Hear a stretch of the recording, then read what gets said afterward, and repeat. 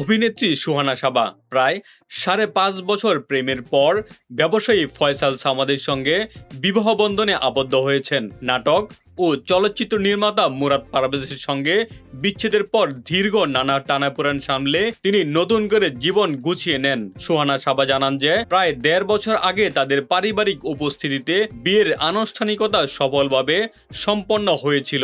প্রথমে নাম গোপন রাখলেও পরবর্তীতে তিনি জানান যে তার স্বামীর নাম ফয়সাল এবং তিনি নিজ কর্মক্ষেত্রে অত্যন্ত সফল একজন মানুষ।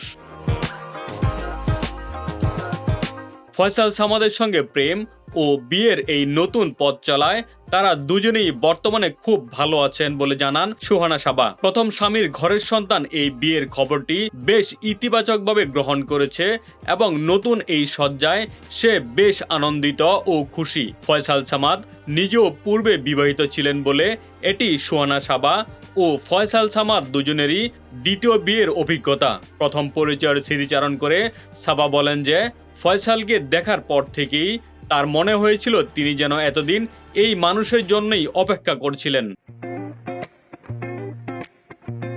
ফয়সাল সামাদ নিজে থেকে প্রথম যোগাযোগের পর ভালোবাসার কথা ব্যক্ত করলে সাবা আর দেরি না করে সঙ্গে সঙ্গেই ইতিবাচক সাড়া দেন। সাবার স্বামী ফয়সাল সামাদ মূলত বাংলাদেশের রপ্তানিমুখী তৈরি পোশাক শিল্পের একজন নামকরা ও অত্যন্ত সফল বিশিষ্ট ব্যবসায়ী। তিনি ব্যবসায়ী প্রতিষ্ঠান সাবার টেক্স গ্রুপ ও সুরমা গার্মেন্টস লিমিটেডের সফল ব্যবস্থাপনা পরিচালক হিসেবে দায়িত্ব পালন করছেন। এর পাশাপাশি তিনি তৈরি পোশাক শিল্পের মালিকদের বৃহত্তম সংগঠন বিজিএমইএ এর একজন সক্রিয় পরিচালক পদে দায়িত্বে রয়েছেন। ২০২৩ সালে বিজিএমইএ এর নির্বাচনে পোশাক শিল্পের নির্বাচন কেন্দ্রিক প্রভাবশালী জোট ফোরামের প্যানেল লিডার হিসেবে অংশ নিয়েছিলেন তিনি। অতীতে আনিসুল হক, আনোয়ারুল আলম চৌধুরী ও রুবানা হকের বিজিএমইএ এর পরিচালনা পর্ষদে তিনি দক্ষতার সাথে সহসভাপতি ছিলেন।